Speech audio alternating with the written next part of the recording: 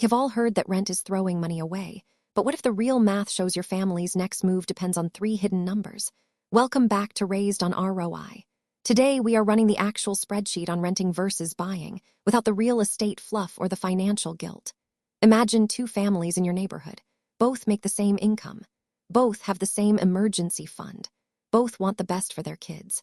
One family buys a starter home. They put their entire down payment into the closing table, trusting the traditional path to wealth.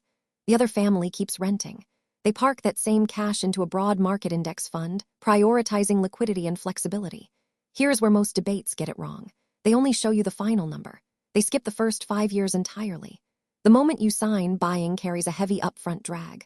Closing fees, title insurance, and prepaid taxes are not optional. That upfront hit usually runs between 2 and 5% of the purchase price. It is real and it is standard. Problem: that upfront cost means you start behind.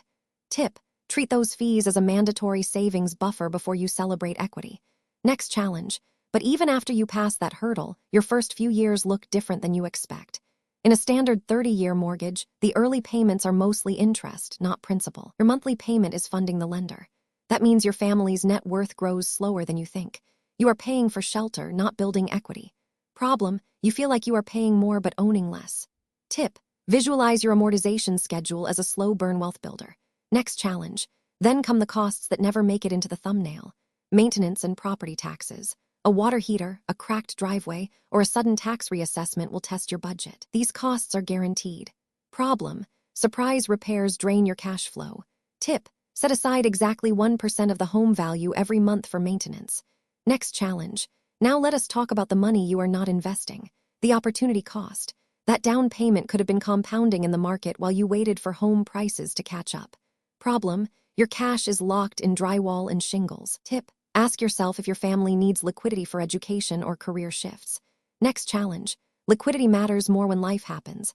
A job transfer, a medical bill, or a growing family. You cannot sell 5% of your living room to cover an emergency. You have to refinance or sell everything. Problem: home equity is slow to access. Tip: keep a separate liquid emergency fund so your house never becomes your only safety net. Next challenge: let us fast forward to 2026. This is where the break-even point usually appears.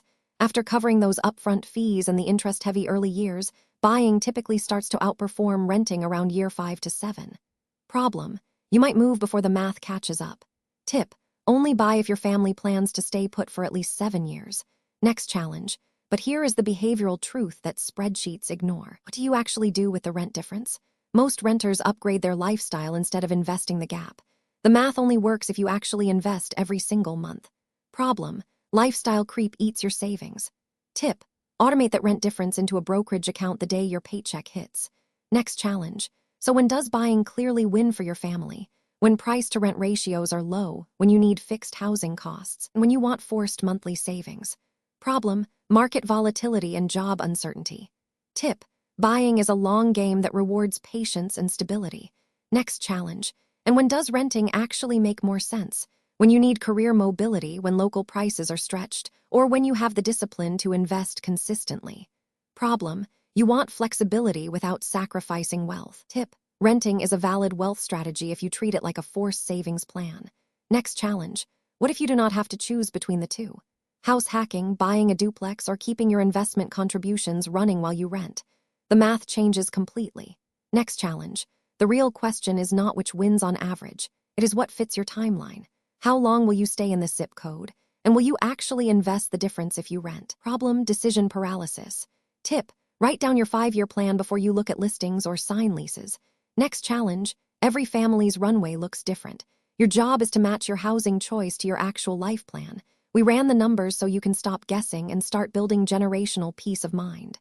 Problem: financial guilt over past choices. Tip: focus on your next move, not your past mistakes. Next challenge: if this breakdown gave you clarity, tap that like button. It helps more parents find honest math. Next challenge: subscribe so you never miss a video that cuts through the noise and focuses on your family's real goals. Next challenge: drop a comment below. Are you leaning toward buying, renting, or exploring a hybrid approach?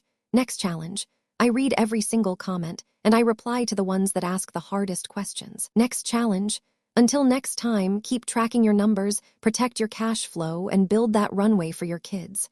Like and subscribe for more practical family finance.